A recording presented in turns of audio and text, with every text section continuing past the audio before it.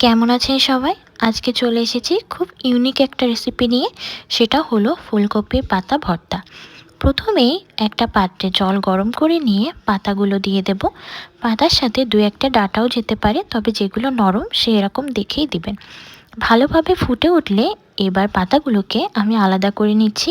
আর সিদ্ধ করার জলটা কিন্তু ফেলে দেওয়া যাবে না, ওটা রেখে দিতে হবে। পাতাগুলো যখন ব্লেন্ড করব তখন জলের প্রয়োজন হতে পারে, তখন এই জলটা দিয়েই আমরা ব্লেন্ড করে নেব। খুব ভালোভাবে ব্লেন্ড করে নিতে হবে।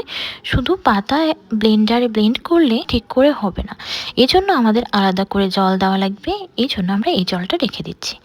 এখন একটা কড়াইতে 2 চামচ সরিষার তেল নিয়ে সেটার মধ্যে 3টা চিংড়ি মাছ, 1 কাপ পরিমাণ পেঁয়াজ, 7 থেকে 8টা কোয়া রসুন আর এর সাথে 3 থেকে 4টা কাঁচামরিচ দিয়ে দিচ্ছি।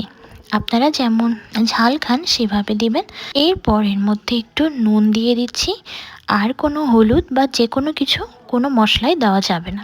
এরপর এটাকে খুব ভালো করে ভাজি করে নিচ্ছি।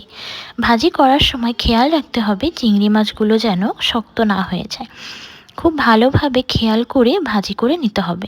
দেখুন এরকম যখন হয়ে যাবে তখন তুলে নিচ্ছি। এখন এই পাতাগুলো ঠান্ডা হলে ব্লেন্ড করে নেব। ব্লেন্ড করার পর রেখে দেব। এরপর এর মধ্যে কিছু ধনেপাতা নিয়ে নেব। ধনেপাতাগুলো ভালো করে পরিষ্কার করে নিয়ে ব্লেন্ড করে নেব। এখন চিংড়ি আর পেঁয়াজ যেটা ভাজি করে রেখেছিলাম সেটাও একসাথে ব্লেন্ড করে নিচ্ছি।